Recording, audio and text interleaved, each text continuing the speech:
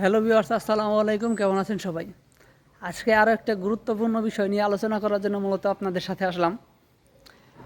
যখন ছোটো ছিলাম তখন ভাবলাম যে স্কুল কলেজে যাব কবে। আর একটু বড় হলাম, স্কুল কলেজে গেলাম। তখন আর লেখাপড়া ভালো লাগলো না, ভাবলাম যে লেখাপড়া শেষ হবে কবে। লেখাপড়াও শেষ হলো, ভাবলাম কর্মজীবনে যাব কবে, অর্থ ইনকাম করব কবে। অর্থ ইনকাম শুরু হইল, ভাবলাম পরিবার হবে কবে, পরিবার হইল, সব কিছুই হইল। কিন্তু এখন আর এই জীবন ভালো লাগে না। এখন ভাবি বাল্যকাল কি ফিরে পাবো কিনা। জীবনে আসলে চাহিদার কোনো শেষ নাই, চাহিদা একটার পর একটা থেকেই যাবে।